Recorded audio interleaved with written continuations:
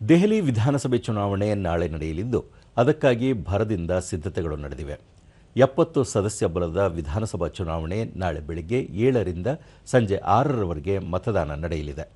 ಸುಮಾರು 1,56,00,000 ಮತದಾರರು 699 ಅಭ್ಯರ್ಥಿಗಳ ಭವಿಷ್ಯವನ್ನು ನಿರ್ಧರಿಸಲಿದ್ದಾರೆ.